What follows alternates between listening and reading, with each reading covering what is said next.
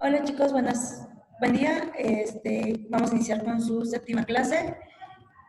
En esta clase vamos a ver lo que son las otras dos cavidades, que ya les había dicho que en el cuerpo tenemos tres grandes cavidades, que es la pelvis, que la pelvis ya vimos, que la constituyen el hueso coxal, sacro y coxis. Vamos a ver la otra gran cavidad que es el cráneo y la otra cavidad que es el tórax. Acuérdense que las cavidades tienen por función la protección. Y acuérdense que por protección nos sirven los huesos planos. Entonces, nosotros estamos constituidos y estamos hechos a fin de nuestras actividades. Acuérdense que los huesos largos están en extremidades, huesos planos para protección, huesos cortos para absorción de impactos y huesos sesamoideos para un mayor rango de movimiento. ¿Okay? Por favor, acuérdense de esto, no lo olviden, porque a fin de cuentas para el ajuste pues va a ser importante. Y bueno, vamos a empezar con los huesos de cráneo. El cráneo siempre se va a estudiar junto con lo que son los huesos de la cara. No se pueden estudiar diferente, no se pueden estudiar por separado, ya que los huesos de la cara articulan con los huesos del cráneo, entonces no se pueden estudiar por separado, comparten huesos, entonces esta es la razón de que también se le conozca como esqueleto cráneo-facial. Constituido por 22 huesos, descansa sobre el extremo superior de la columna, y pues el cráneo aloja lo que es principalmente el encéfalo o el cerebro. También la cara o el esqueleto craneofacial aloja lo que son varios órganos como los de la visión, los de la olfacción, los del gusto. Entonces no nada más aloja lo que es el cerebro. ¿Okay? También cuenta con los músculos de la masticación, con los músculos de la mímica y bueno, ya se los había dicho, los órganos de los sentidos. Tenemos 14 huesos de cara, 8 huesos de cráneo. Ahorita vamos a tener una pequeña demostración de cómo los podemos palpar. Yo siempre digo que la palpación de estos huesos sirve para como un pequeño masaje. Siempre me ha gustado verlo de esa forma. Y bueno, no todos los huesos de la cara se pueden palpar, como son, por ejemplo, el lacrimal no se puede palpar, el palatino sí por dentro de la boca.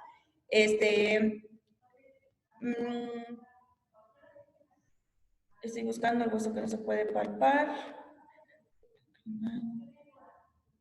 No, pero nada más los únicos que no se pueden palpar es el hueso lacrimal, o en algunas bibliografías muy atrás me refiero como unos 10 años atrás, ustedes llegan a consultar una bibliografía muy antigua que se llamaba hueso unguis.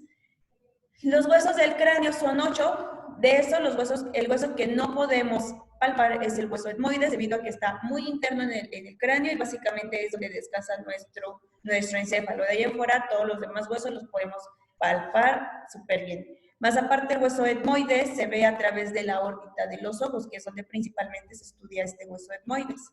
Tiene su propia radiografía, tiene su propia tomografía, su propia resonancia, ¿no? Para ver este hueso, principalmente en algunos síndromes como es el síndrome de Down, el de Larson, el de Morquio, esos síndromes son los que se ve más afectado este hueso etmoides.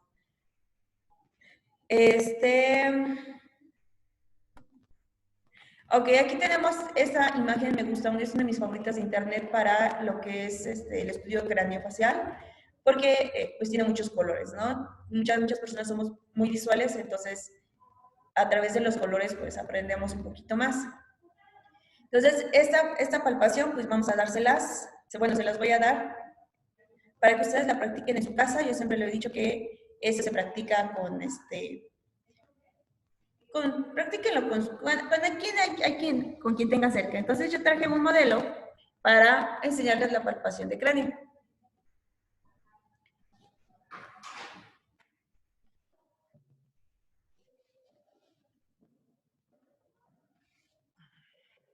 Este es mi modelo, entonces vamos a ver lo que es la palpación de cráneo.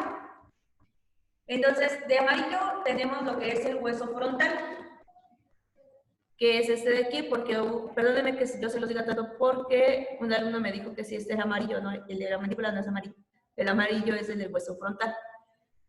Ok, Ok, con lo más cóncavo que tenemos en su mano, acuérdense que cuando vimos columna les enseñé que era cóncavo y convexo. Con lo más cóncavo que tenemos en la mano, que es la palma, vamos a colocarla en la frente. Y aproximadamente donde lleguen sus dedos, vamos a abarcar todo lo que es el hueso frontal. ¿Eh? Todo esto es el hueso frontal. Después vamos a ir con el hueso parietal, que en algunas bibliografías se lee como parietal o pariental. Es exactamente el mismo hueso, entonces depende de la bibliografía que ustedes consulten. En el Tórtora, por ejemplo, o en el Néter, o en el Prometheus, viene como como pariental, no como parietal, pero es el mismo hueso, que es ese que tenemos aquí de color azul. Al contrario de lo que se piensa del parietal, no abarca todo el cráneo. Si ustedes pueden observar, el hueso frontal abarca casi todo lo que es pues la mitad de lo más superior del cráneo, y enseguida tenemos lo que es nuestro hueso parietal. Vamos a quitar lo que es meñique y pulgar.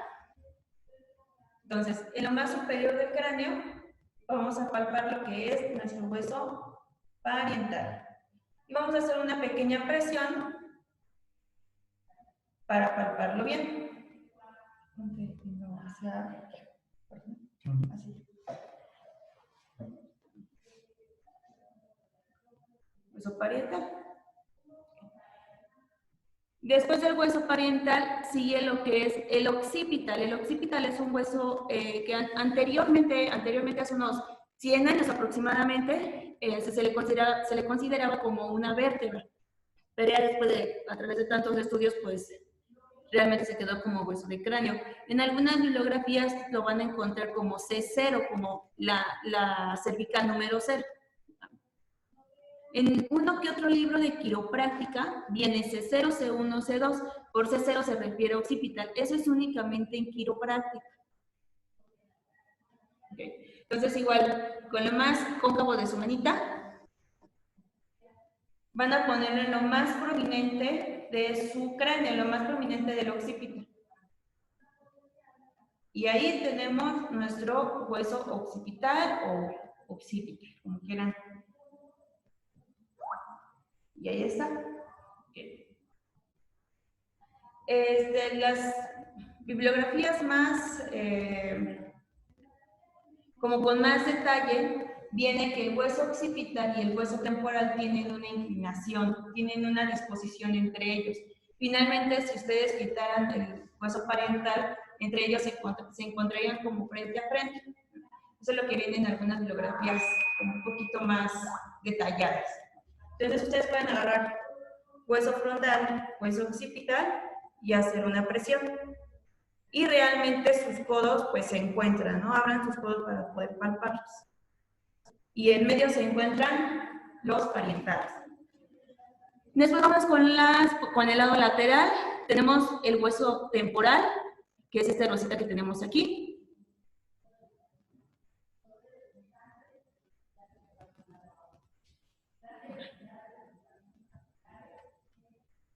Bueno, esa rosita que tenemos ahí, que es el que está prácticamente arriba del oído. También vamos a sentir una pequeña prominencia, una pequeña, como que lo más prominente del hueso. Y vamos a colocar esa parte de nuestra mano aquí. Y aquí está nuestro hueso temporal. Vean cómo el hueso temporal va un poquito enfrente de la oreja y hasta atrás de la oreja. Abarca toda una parte importante de nuestro cráneo. Y al último vamos con el hueso, con nuestro hueso etmoides, que es este huesito que tenemos aquí, el que es como color naranjita, nuestro hueso esfenoides. Perdón, ese rato les dije etmoides, los etmoides, es el esfenoides, que es naranjita, que es regularmente donde dicen que es la sien de la cabeza. Pues ese, ahora ya saben que ese es el hueso esfenoides, para que ya no le digan sien, le digan esfenoides, que es justamente donde se forma un pequeño hueco. E incluso se siente como muy suavecito, muy suavecito. Ahí está nuestro hueso esfenoides.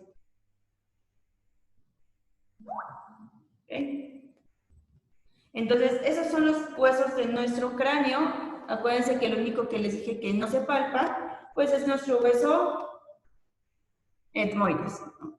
Que es este que tenemos aquí, que incluso ustedes pueden buscarlo en internet, pueden descargar cualquier imagen y dicen que parece unas alas de mariposa y de frente parece como un murciélago.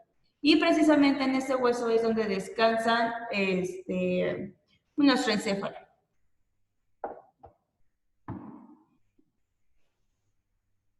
Entonces volvemos a repasar. Frontal, parietal, occipital, temporal, esfenoides. Entonces esos son, y obviamente nuestro hueso etmoides que está cruzando todo nuestro cráneo. Y vamos con los huesos de la cara. Huesos de la cara, pues ya vimos lo que es el frontal. Después vamos a ver nuestros huesos nasales, que es justamente donde empieza nuestra nariz. Todo lo demás es puro cartílago. Algunos libros definen a la nariz como una prominencia. Entonces, aquí está nuestro hueso nasal. Y por dentro de nuestro hueso nasal tenemos lo que es nuestro hueso lacrimal. Por eso les digo que el lacrimal no se puede palpar. Después tenemos nuestro maxilar superior. El maxilar superior son dos huesos. Se unen justamente por debajo de la nariz. Aquí se une nuestro maxilar superior. Tenemos uno derecho y uno izquierdo.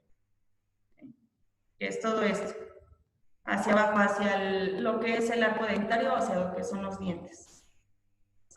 Después tenemos a nuestro hueso malar, lo que es comúnmente conocido como el pómulo.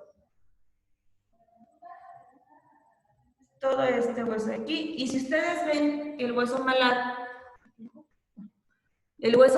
es este verde que tenemos aquí. Vean cómo articula con lo que es el hueso frontal y nuestro hueso temporal. Entonces, si ustedes palpan su malar o cigomático, que es el mismo hueso malar y cigomático, y si ustedes lo siguen esa continuidad, van a llegar al hueso frontal, hacia arriba. Si ustedes siguen esa prominencia de su hueso cigomático, van a llegar exactamente a lo que es su temporal. Entonces, por esas razones, los huesos de cráneo y cara siempre se tienen que estudiar juntos porque ambos son, al mismo tiempo que se mueven los de la cara, también se mueven algunos del cráneo. Entonces, por esta razón, siempre se estudian juntos. Entonces, ya vimos nuestro hueso malar, nuestro hueso maxilar superior y vamos por el hueso maxilar inferior. Este es un hueso único, este no tiene derecho o izquierdo, es un hueso único. Maxilar inferior, no es la quijada, por favor, eso no existe más que en los animales, no es quijada, es maxilar inferior. Todo esto. Vean desde dónde corre. Sientan la forma que tiene, esa forma como cuadrada. No se vayan en una diagonal, sientan esa forma como cuadrada que tiene ese hueso. Y como acaba hasta el mentón.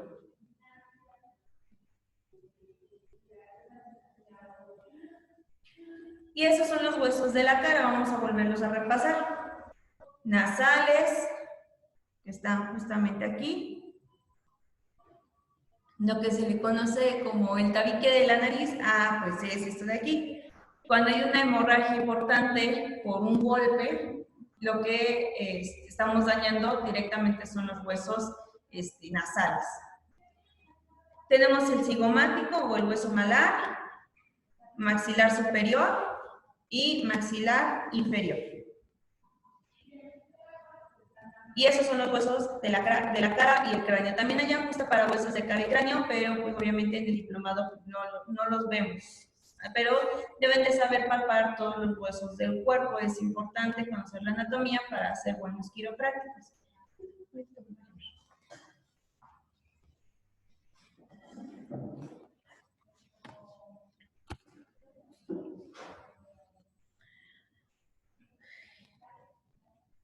Y bueno, igual que todos los huesos del cuerpo, cada hueso de cara y cráneo tiene sus partes, como el húmero, como el fémur, como la rótula, como todos los demás huesos, pero les vuelvo a repetir, para el diplomado, o lo que comprende el diplomado, lo que me interesa y me importa que ustedes aprendan son estas partes que yo les estoy enseñando. Yo les dije que si ustedes quieren saber un poquito más, cualquier libro de anatomía que ustedes quieran agarrar, de preferencia de 5 años a la fecha, es lo ideal. Pero tampoco, cuando se estudia anatomía, siempre se va descubriendo algo nuevo, algo nuevo, algo nuevo. Entonces, si por ejemplo quieren estudiar el hueso, no sé, el etmoides, váyanse únicamente al oso, porque van a descubrir que en el hueso etmoides descansa la glándula pineal y ustedes van a querer qué es la glándula pineal y las funciones y todas las hormonas que tienen que ver en nuestro cuerpo, ¿no? Entonces, si van a estudiar algo en concreto, acaben eso en concreto y después ya se van a la función y después ya se van a todo lo demás. Pero eso es lo que a mí me interesa y quiero que se sepan y lo que me importa en el diplomado.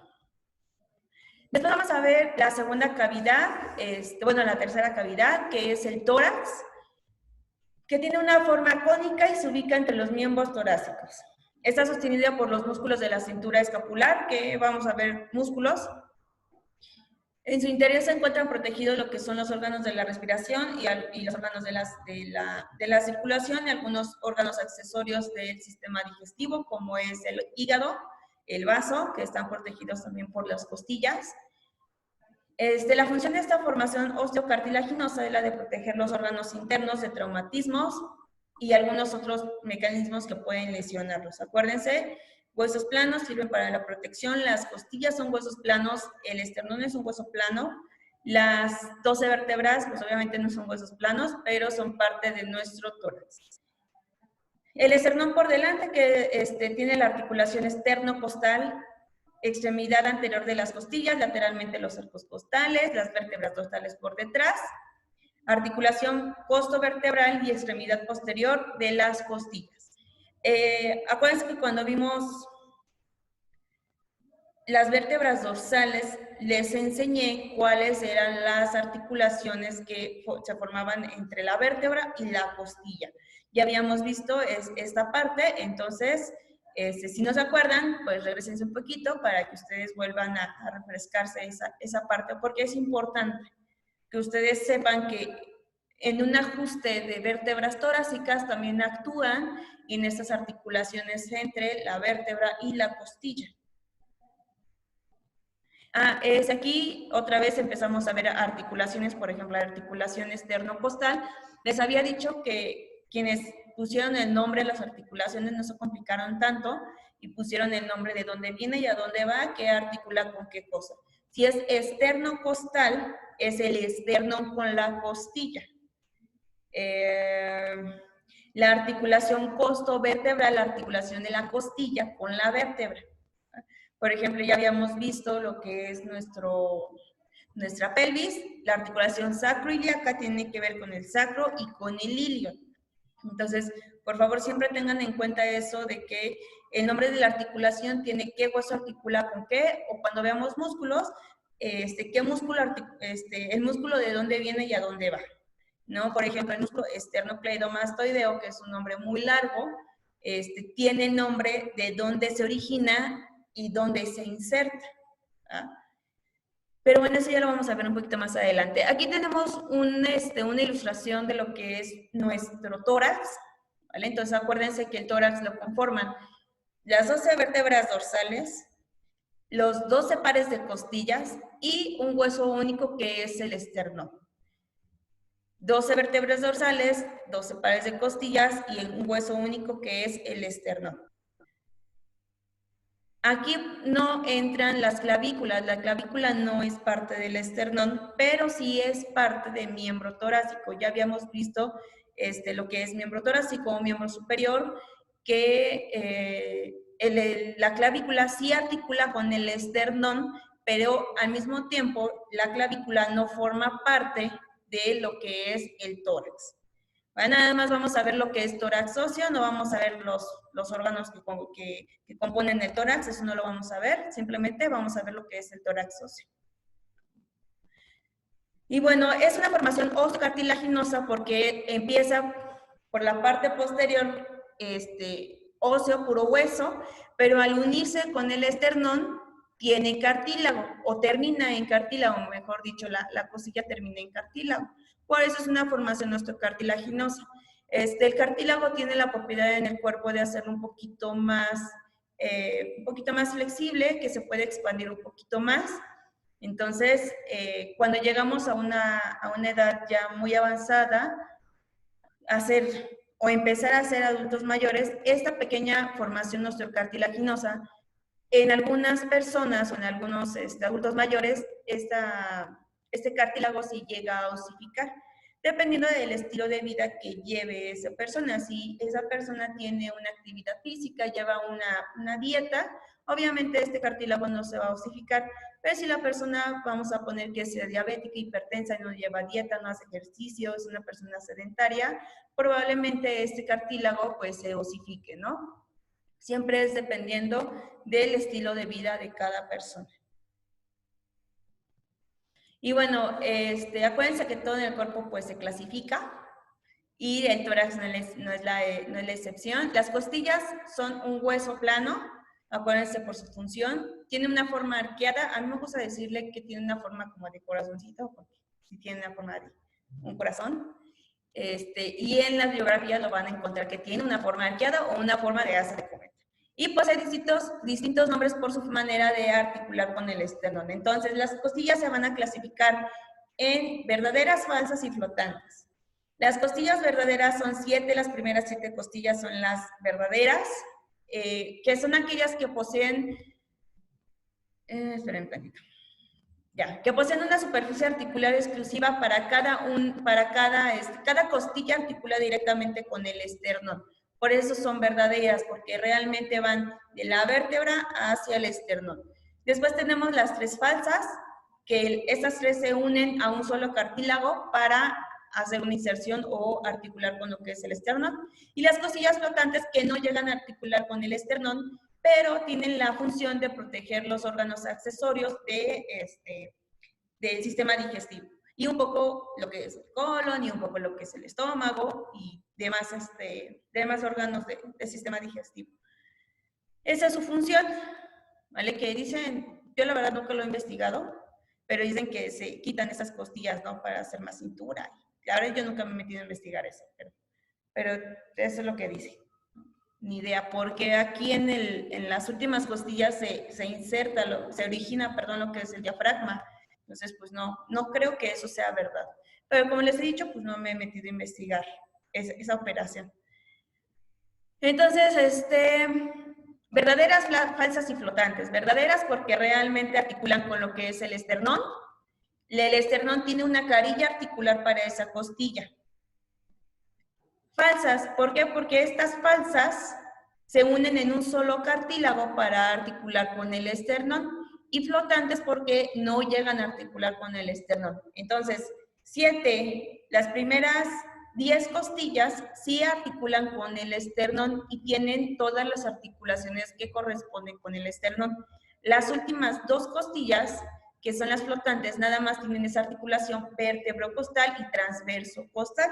Acuérdense que la articulación transverso-costal es cuando la transversa de la vértebra articula con la costilla, y nosotros como quiroprácticos también actuamos sobre esa articulación.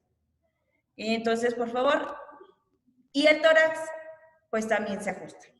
¿Vale? Igual el ajuste de tórax no lo vemos en el diplomado, ya que no lo abarca, pero sí hay una clínica sobre ajuste de tórax. Si ustedes quieren saber más, pues pueden llamar a servicios escolares sobre este ajuste de esternón.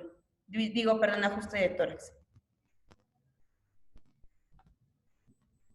Bueno, aquí un dibujo que ya les había puesto en su otro material para que no se les olvide, cómo la costilla articula con 2 vértebras al mismo tiempo, pero articula nada más con una sola transversa.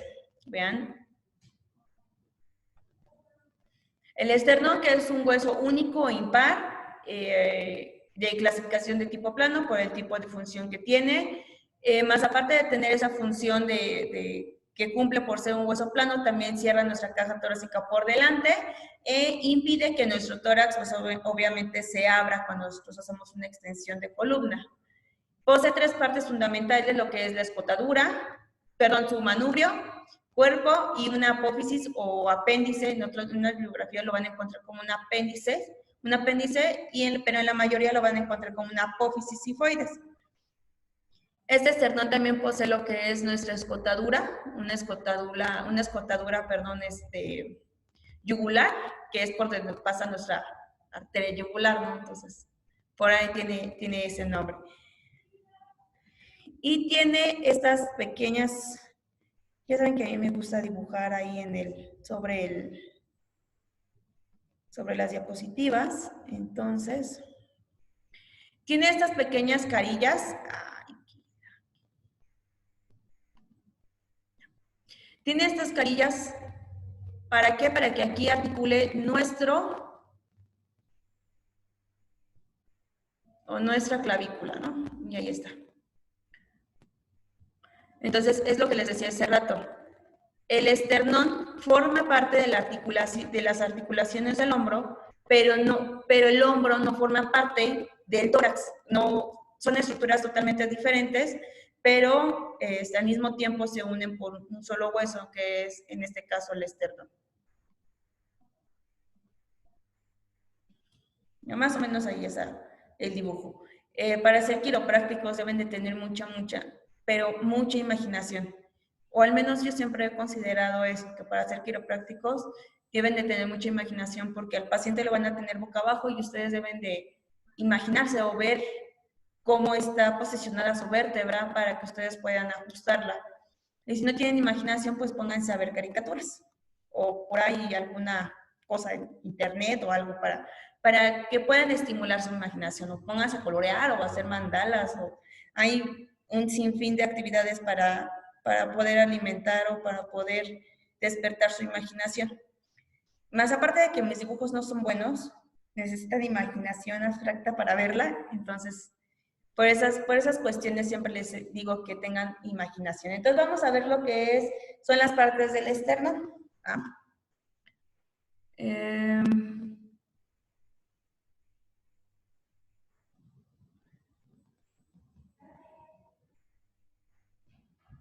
Bueno, vamos a ver las partes del esternón.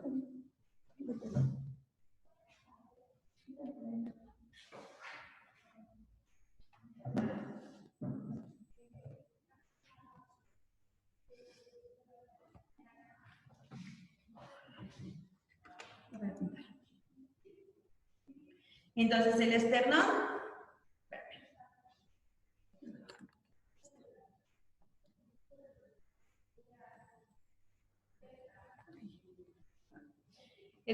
vamos a tenerlo en todo lo que es esta parte de enfrente. Vamos a empezar a buscar un pequeño hueco que tenemos aquí, que en todas las personas se hace, tenga la complexión que se tenga, en todas las personas se hace este pequeño hueco.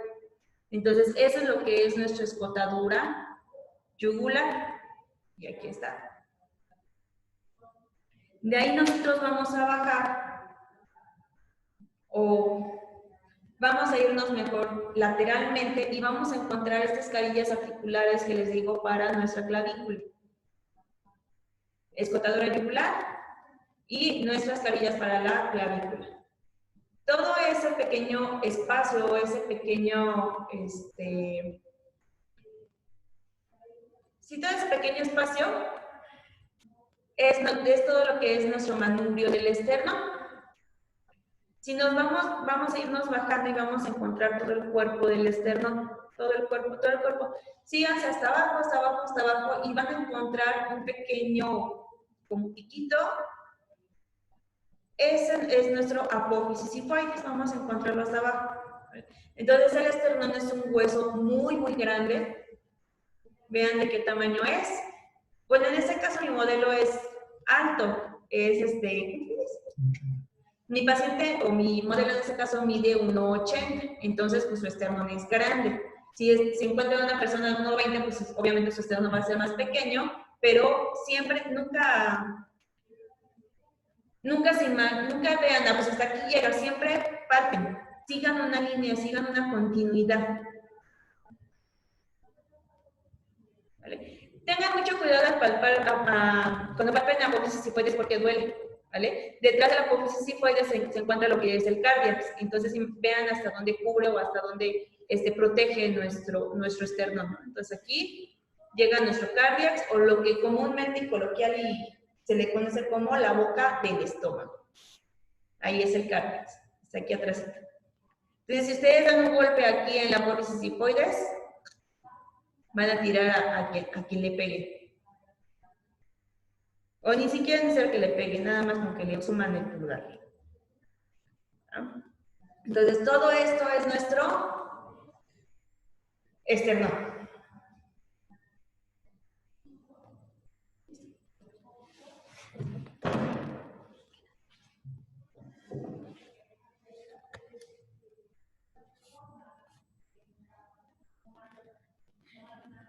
Y bueno, con eso acabamos todo lo que es lo óseo, todo lo que son huesos. Acuérdense que tenemos de 206 a 208 huesos, o es siempre eso como lo clasifican las bibliografías, ¿no? 206 a 208 huesos, ya les expliqué o ya les dije las anormalidades que pueden haber, que algunas personas tengan una vértebra de más, una costilla de más, porque también buscan por ahí en internet, costillas cervicales, ¿no? Y hay costillas en las cervicales alcanzan a desarrollar una carilla para las costillas. Entonces, búsquenlo por ahí, costillas cervicales. ¿Qué otra cosa? Y bueno, les vuelvo a repetir, disculpen ustedes que sea tan insistente, los huesos tienen más partes, tienen orificios, tienen correderas, tienen el labrum o lo que se conoce como labio o labrum, tienen cisuras, tienen muchas cosas los huesos, tienen muchas partes por donde pasan venas, arterias, nervios, inserciones musculares, ligamentos y demás. Pero al diplomado, eso es lo que a mí me interesa que ustedes se aprendan. Nunca se queden con lo que yo les digo. Nunca se queden con lo que yo les digo. Siempre, por favor, investiguen más, pero tampoco investiguen a algo muy, muy grande. ¿Por qué? Porque se van a confundir, y especialmente si no tienen mucho que ver con lo que es quiropráctica, no busquen más allá, no hagan... El estudiar, yo siempre he dicho que el estudiar es como una espiral. Su espiral, cuando ustedes estudian, llévenla hacia adentro. Nunca la lleven hacia afuera, porque si ustedes llevan una espiral hacia afuera, se va a hacer más grande y menos van a saber sobre lo que quieren ustedes estudiar, ¿no? Entonces, si van a estudiar ocio, que sea exclusivamente ocio y que no se metan otras cosas como lo que es la función y demás. Y bueno, entonces, esta es su última clase de huesos. Yo les sugiero que se presenten a clases para que ustedes puedan conocer la parte práctica, ¿ok? Les debo lo que es la palpación de columna, pero la palpación de columna sí me lleva aproximadamente como 2 clases, entonces yo les sugiero que se den el tiempo para venir y aprender lo que es la palpación. Aparentemente es muy fácil palpar, pero si no conocen la anatomía y no saben anatomía, es muy, muy, muy, muy difícil aprender a palpar. Y si ustedes no saben palpar, no van a poder encontrar la subluxación. Y si no saben encontrar la subluxación, no van a poder ajustar. Y si no saben ajustar o no pueden ajustar, van a perjudicar al paciente. Entonces, acuérdense que ustedes tienen en sus manos pues una vida que pueden afectar. Y se escucha muy drástico, ¿no? Así como que pues, somos quiroprácticos, sí, pero como quiroprácticos también podemos afectar la función y calidad de vida de nuestros pacientes. Y entonces, nos vemos en su próxima clase.